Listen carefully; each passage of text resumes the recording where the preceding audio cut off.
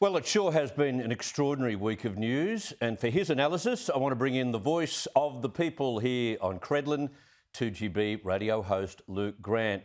He joins us from the Hunter Valley. Lucky for some. Let's get right into the winners.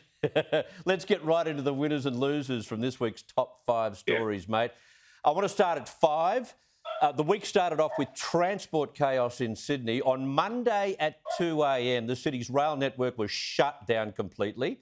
What followed was a furious exchange of accusations, counter-accusations between the Transport Minister, David Elliott, and the Rail, Tram and Bus Union about who was responsible. At week's end, have we worked that out? And we've still got full services yet to resume. And do we really know who's responsible for shutting down a rail network in the busiest city in Australia? Like someone stole our trains. Who stole our trains? It was remarkable. I was actually at work, Chris. There was a release from the union on Sunday night saying, oh, look, if there's a close down tomorrow, if the trains aren't running, it's not our fault.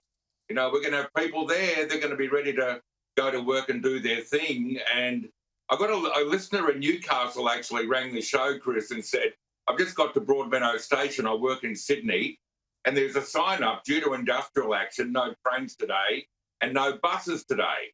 So we followed it up, and then we got that message at 2 o'clock from the department, not from a minister. I don't know what to make of this other than to assume that someone within the bureaucracy probably overreached their actual power and decided single-handedly that it was time to not run the trains. Now, I'm not disputing there might have been advice saying, hey, hang on, this is going to be unsafe. But I don't understand why the Premier was not in the loop. I mean, it's a pretty big thing.